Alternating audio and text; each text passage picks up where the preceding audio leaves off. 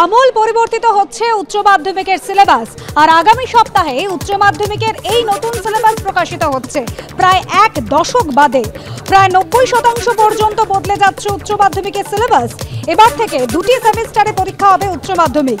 দিল্লি বোর্ডের আগেই ঘোষণা রাজ্যের একাদশ এবং দ্বাদশ মিলিয়ে হবে 4টি সেমিস্টার। 2025 নভেম্বর এবং 2026 মার্চে হবে পরীক্ষা। চলতি বছর থেকেই একাদশে সেমিস্টার আর হবে না উচ্চ মাধ্যমিকের টেস্ট। কোন সিলেবাসে কিভাবে পরীক্ষা তা জানানো হবে বৃহস্পতিবার, এমনই জানাচ্ছে উচ্চ মাধ্যমিক শিক্ষা সংসদ।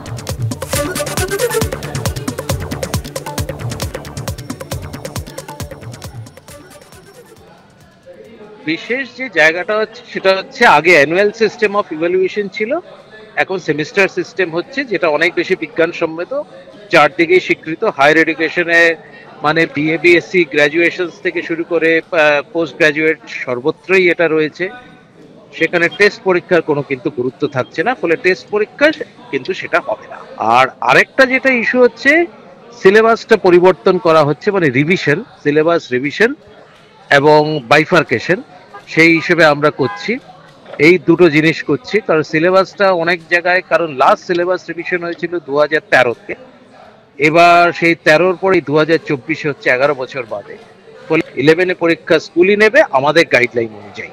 এবারে যারা মাধ্যমিক দিল সদ্য 2024-এ, তারা যখন এবার উচ্চ মাধ্যমিকে ভর্তি হবে তারা সেমিস্টার সিস্টেমেই ভর্তি হবে।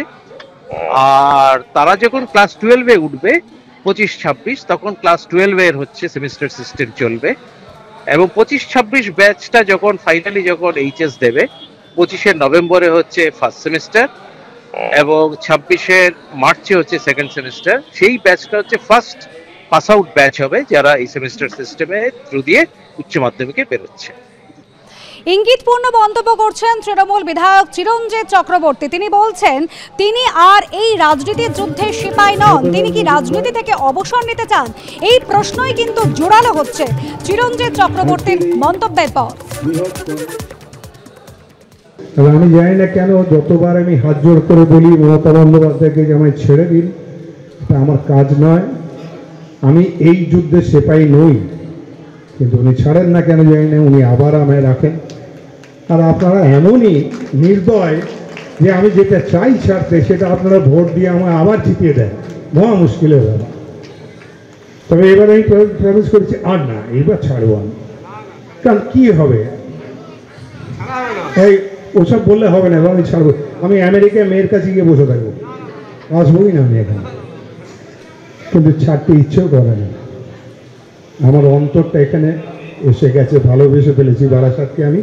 তাই আমি ছুটে ছুটে আসি, আপনাদের সঙ্গে দেখা করি।